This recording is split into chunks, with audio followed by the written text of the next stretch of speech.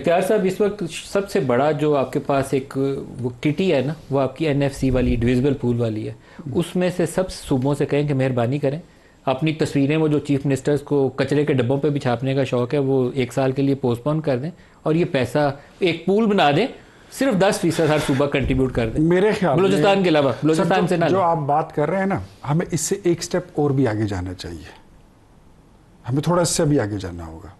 اگر ہم نے ملک بنانا ہے، ہم ترقی یافتہ ملکوں میں شامل ہونا چاہتے ہیں، اور ہم ایک جو ہمارے گلے میں توق پڑی ہوئی ہے IMF کی اور قرضوں کی، اس کو اتارنے کے لیے ہمیں اس سے 1-2 قدم اور آگے جانا ہوگا۔ لیکن معذرت کے ساتھ اس دوران ہمیں کم از کم اچھے کام کی تعریف کرنی ہوگی اور سکور سیٹل کرنا جو ہے یہ ہمیں بند کرنا ہوگا۔ اچھے کام کریں بھی تو صحیح نا سر، اچھے کام ہی کیے ہیں۔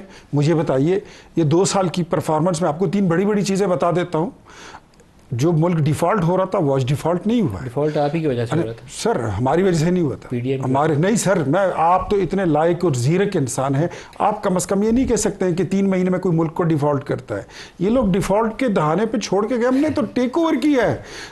جو آسٹریلیا ہم نے اس کے ساتھ سعودیہ کے ساتھ معاہدہ کیا ہے، that is the pride for the whole of the nation of Pakistan.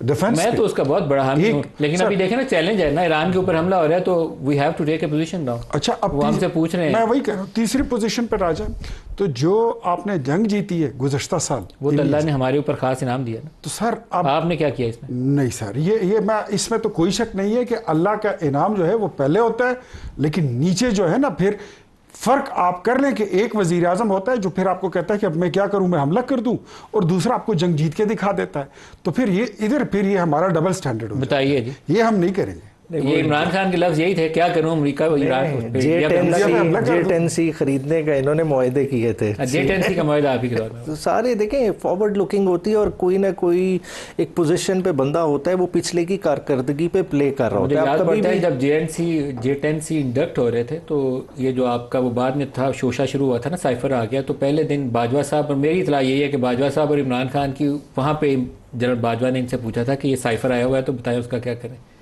اس کے بعد آپ نے یوزڈ اٹ۔ دیکھیں اب دیکھیں سائفر کا دیکھ لیں، ریجیم چینج ہی تو مسئلہ ایران میں ہے نا۔ آپ چلیں خان کو کہہ لیں، بات ہے سائفر کا آپ نے پورا ٹرائل چلا لیا، الٹیمیٹلی ٹرائل کا کیا نکلا، نہ کسی سائفر دیکھا، مگر آج اس کی ریپرکشن تو ہمیں فیل ہو رہی ہے نا کہ امریکہ کی پوری دنیا میں مداخلت ہے۔ چلیں پاکستان میں آپ نہ مانے صحیح، دیکھیں وہ نظام اپنے بغیر نہیں چلنا چاہتے۔ کم از کم ایک چیز کا کریڈٹ عمران خان کو دینا چاہیے کہ عمران خان نے بیسز نہیں دی۔ پورا آج ایران کی جنگ نے واضح کر دیا نا، گلف پورا کا پورا امریکہ کی بیس بنا ہوا ہے نا۔ پاکستان میں کوئی بیس نظر آئی کیا؟ عمران خان پہ پریشر نہیں تھا، عمران خان کی کابینہ نے وہ چیزیں ریزسٹ کی، تو آج انہیں ایک پلیٹ فارم ملا اس پہ بلڈ اپ کرنے کے لیے، ورنہ یہ آج جسٹیفائی کر رہے ہوتے کہ ہم اختیار صاحب کچھ کہنا چاہیں۔ پوری PTI اگر ریجیم چینج کی بات کرے نا تو میں برداشت کر لوں گا، لیکن عمیر نیازی جیسا زیرک بندہ، قابل بندہ اگر ریجیم چینج کی بات کرے تو مجھے تکلیف ہوتی ہے۔ ریجیم چینج یہ ہوتی ہے جس طرح عمران خان کی حکومت گئی تھی، یہ تو عدم اعتماد تھا، قانونی آئینی دستوری راستہ تھا۔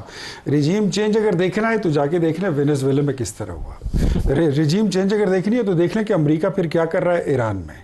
ریجیم چینج یہ ہوتی ہے۔ آپ تو بڑے عزت بڑے توقیر کے ساتھ جو ہے وہاں سے چلے گئے، اور عدم اعتماد کی یہ ریجیم چینج نہیں ہے، اس کو آپ نہیں کہہ سکتے۔ پیورلی ڈیموکریٹک پروسیس نہیں تھا، آپ کی اسٹیبلشمنٹ سپورٹ کرتی ہے تو یہ کام پورا ہوتا ہے، ویسے نہیں پروسیس ہی تھا۔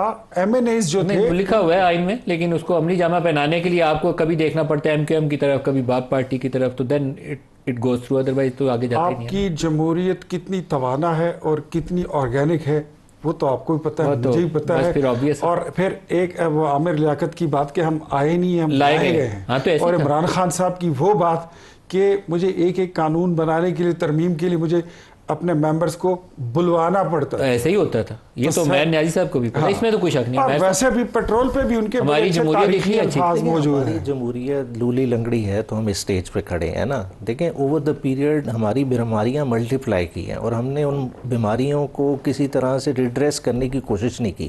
جو بھی حکمران آیا ہے وہ اگلے دور میں ساتھ ہی ایڈجسٹ کرتا رہا ہے، کم پہ اتفاق کرتا رہا ہے۔ عمران خان نے چلیں آپ کہہ لیں کہ غلطی کر لی کہ اس نے اس حالات پہ اتفاق نہیں کیا، عمران خان کھڑا ہو گیا اور عمران خان نے اس کی پرائز پے کی۔ تو سارے اس چیز پہ آن بورڈ تھے. مسائل تو تب پیدا ہوئے جب ہی واز ڈی تھرونڈ, جو اب ان کو باہر پھینک دیا. مگر وہی دیکھیں نا, اب وہ اشارے آیا نا, ویسے کس نے ڈی تھرون کس طرح سے کرنا تھا. آج ایران میں بھی تو وہی ہو رہا ہے نا. ایران آج اپنا بدل لے, ٹھیک ہے نا, سپریم لیڈر, تو کسی کو کوئی مسئلہ نہیں ہے, امریکہ اس پہ خوش ہو جائے گا.